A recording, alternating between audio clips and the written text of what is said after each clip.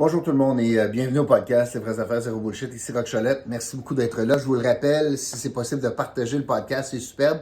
Puis aussi, promotion de cette semaine, n'oubliez pas, shoppratico.com. Des rabais importants, notamment sur toutes sortes de choses, mais notamment en utilisant le code ROCK20. Vous allez avoir 20% de rabais supplémentaires sur les différents articles. Puis allez voir les manteaux avec ou sans manches, des manteaux chauffants. Quand même pas rien parce que c'est très léger. Donc, tu es à l'intérieur de l'auto, un magasin, tu fais l'épicerie, tu n'as pas chaud, c'est pas pesant. Puis à l'extérieur, tu pèses sur un bouton puis ça chauffe. C'est alimenté par une pile. Donc, pas mal innovateur. C'est une bonne façon de peut-être vous familiariser avec un nouveau produit. Allez voir ça, shoppratico.com. Bon, ça vous tente, hein? Un beau 747 de British Airways. Je vous montre la photo de l'avion parce que je vais vous parler de la déclaration du ministre de la Santé du Canada, Jean-Yves Duclos, aujourd'hui. On vient de nous annoncer que, à cause du variant Omicron, qui est beaucoup plus contagieux, de 2 à 3 fois plus contagieux que le Delta, bien qu'on ne connaisse pas les effets réels sur la dangerosité du variant, il en demeure pas moins qu'il y a beaucoup de monde infecté. On a dépassé le cap du 2000 aujourd'hui, nouveau cas au Québec, à cause du variant Omicron, parce qu'il se propage rapidement à travers le monde. Le gouvernement du Canada a annoncé aujourd'hui qu'il était pour inscrire la recommandation d'éviter tout voyage non essentiel aux Canadiens. Ça veut dire que sur le site du gouvernement du Canada, quand on regarde là, les avis aux voyageurs, il y aura donc un avis qui dit que c'est fortement recommandé de ne pas voyager à l'étranger. Et cet avis-là est valable pour les 4 prochaines semaines. Donc, on est le 15 décembre. On veut réviser la situation, possiblement la prolonger, prolonger la vie, mais on va réviser ça le 15 janvier. C'est clair comme de l'eau de roche que le Canada veut éviter que les Canadiens voyagent à Noël.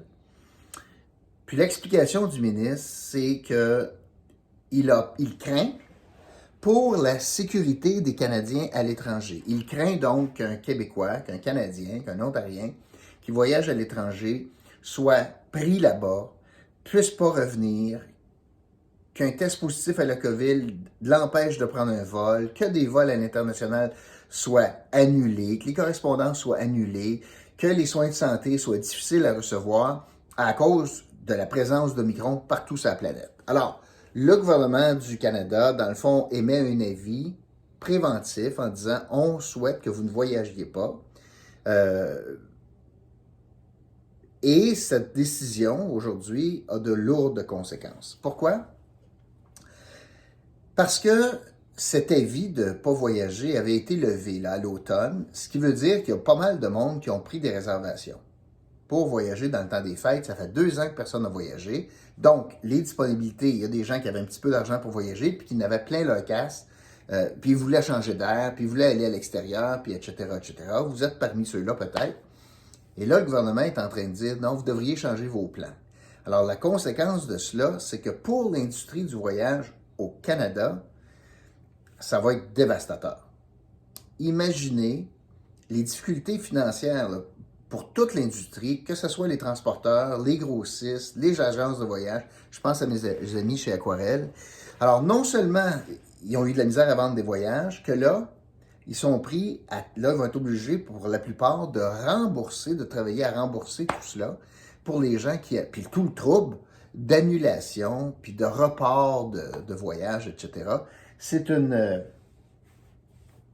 très, très, très mauvaise nouvelle, sans parler de l'impact. Puis là, je connais pas ça beaucoup, mais il y a, à mon sens, un impact sur notamment les capacités d'assurance à l'étranger si quelqu'un décide de voyager malgré un avis défavorable du gouvernement fédéral. Certains assureurs disent, ben moi, si le gouvernement déconseille d'aller à l'étranger, ben nous autres, comme assureurs, on n'assurera pas quelqu'un qui décide dans le fond, de ne pas respecter l'avis du gouvernement. Alors ça, c'est l'autre aspect également qu'il faut considérer. Tout ça dans le contexte, comme je le dis, depuis le mois d'octobre, à peu près, septembre-octobre, qu'on avait enlevé cela, puis là, les Canadiens avaient recommencé à voyager, on voyait beaucoup de monde dans les aéroports, puis tout ça aussi dans un contexte que le Canada, c'est à peu près invraisemblable, là, mais le Canada dit aux Canadiens, allez pas à l'étranger, mais accepte quand même de garder les frontières ouvertes pour les Américains, puis les autres d'autres pays. Alors on dit au monde entier, encore aujourd'hui, ça risque de changer, mais venez au Canada. Alors, vous autres pourriez peut-être contaminer du monde ici, mais venez au Canada, mais nous autres, on va empêcher quelqu'un de s'en aller à l'étranger. Évidemment, ce pas les mêmes raisons, mais c'est quand même une décision lourde de conséquences.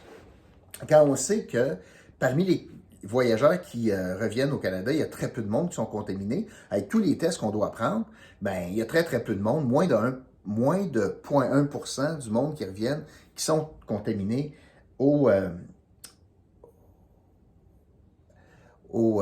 à la COVID-19. Maintenant, pourquoi j'hésite? C'est parce que là, je m'apprête à vous parler de quelque chose qui risque de vous faire sursauter. Parce que là, je vais m'élever un petit peu de ce débat-là. Ça, c'est une application ou une démonstration de on va-tu s'en sortir? Ça fait 2 ans, on a différentes moutures du variant, du virus sous forme de variant. On est rendu au Omicron. Les experts s'entendent pour dire qu'on va vivre avec ça.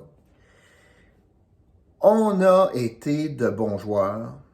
On a au Québec des taux de vaccination importants. On a fait des sacrifices.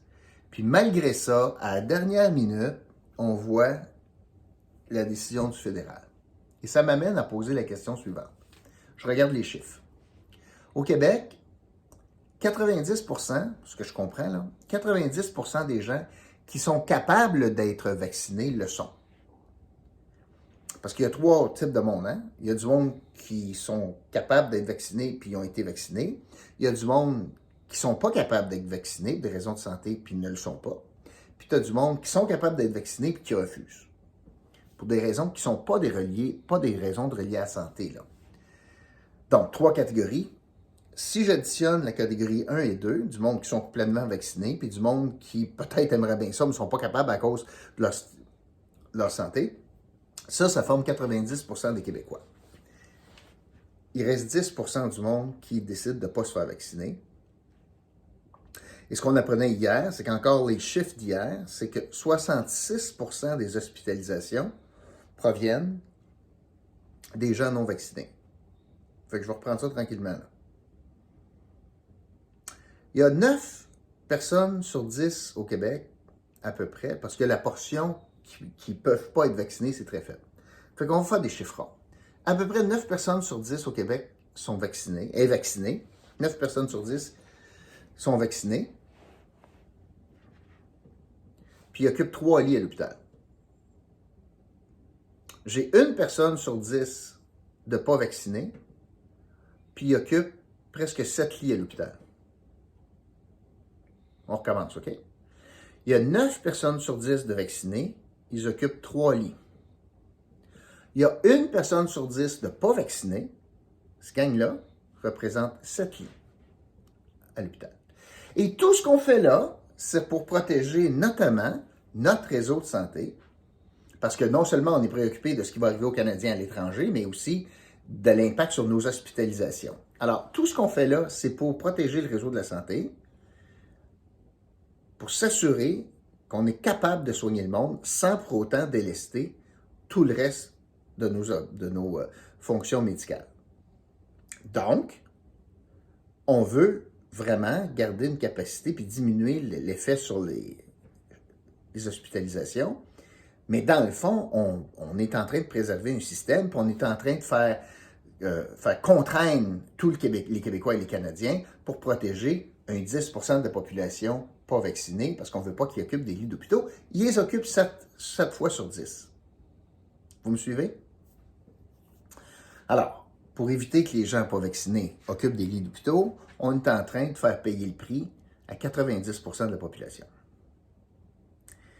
Moi, je ne serai pas long aujourd'hui, là, mais dans l'état actuel des choses, après 2 ans, Après qu'on a fait notre best de respecter tous les cerceaux, après qu'on a vécu avec des contradictions épouvantables, après qu'on a mis à mal toutes sortes de commerces, qu'on a empêché des familles de se voir, qu'on a contribué à des enjeux de santé mentale, puis qu'on est pris avec toutes sortes de contradictions, comme par exemple, va au Centre Bell, t'as pas de bière dans les mains, même mets ton masque, mais si t'as une bière dans les mains, enlève ton masque, comme si la bière était la barrière contre le vaccin, contre le virus.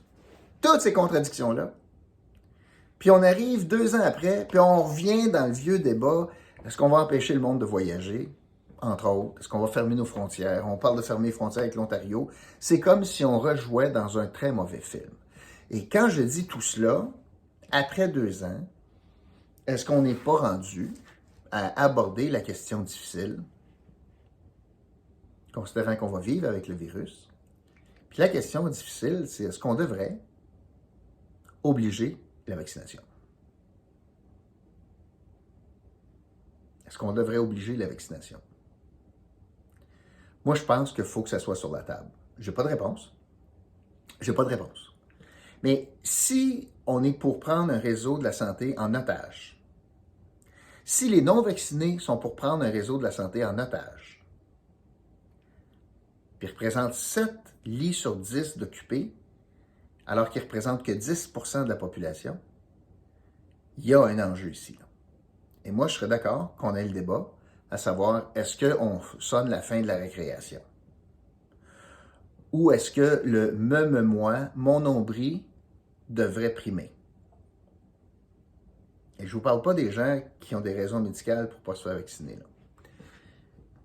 Mais moi, je pense qu'avec les chiffres qu'on a, puis le fait qu'on ne semble pas capable de s'en sortir, puis qu'on va toujours être tributaire de ce qui se passe ailleurs sur la planète, et là, on veut protéger les Canadiens contre eux-mêmes, dans le fond. On est en train de dire, on va tout scraper, on va mettre une industrie à terre, encore une fois. Puis tout ça parce que... Pourquoi? Alors voilà, c'est ce que je voulais discuter aujourd'hui. Moi, je pense qu'il faut avoir la discussion. Est-ce qu'on ne devrait pas rendre la vaccination? De toute façon, honnêtement, là, de toute façon, les taux se resserrent. Les taux se resserrent beaucoup. Il y a plein d'affaires. Tu ne peux pas prendre l'avion, tu ne peux plus prendre le train si tu n'es pas vacciné. Tu ne peux pas aller dans les restaurants si tu n'es pas vacciné, les gyms, les bars, etc. Écoute, rendu là, il ne reste plus grand-chose. Puis malgré cela, les récalcitrants occupent 7 lits sur 10 dans les hôpitaux. Il me semble que ça devrait sonner une cloche en disant, peut-être qu'il faudrait réfléchir à dire, là, ça va faire. Là, on en a assez. Là. C'est ce que je voulais vous dire aujourd'hui. Alors, aujourd'hui, c'est obligatoire. Le mot, l'indice du jour, c'est obligatoire. Si vous écrivez obligatoire dans la section commentaires, vous pourriez gagner 100$ qu'on fait tirer dimanche prochain. Hein? Voilà. Je ne sais pas si vous aviez des plans pour le temps des fêtes en voyage. Je ne sais pas si vous alliez à Cancun ou je sais pas moi, Cuba ou en Jamaïque. Là, vous avez une grosse décision à prendre. Est-ce que vous respectez l'avis du gouvernement puis vous annulez tout? Ou est-ce que vous dites, je prends une chance pareille, j'ai mon casse. Écoute, that's it, je m'en vais pareil, puis on verra. Je pense qu'il y a pas mal de Québécois et de Canadiens qui vont prendre la chance de faire cela. Et en tout cas, j'ai hâte de voir les conséquences de cela. Voilà, c'est ce que je voulais vous dire. Merci beaucoup d'avoir été là. Puis je vous retrouve demain, jeudi, pour un autre podcast, Les vraies affaires, zéro bullshit. Salut tout le monde.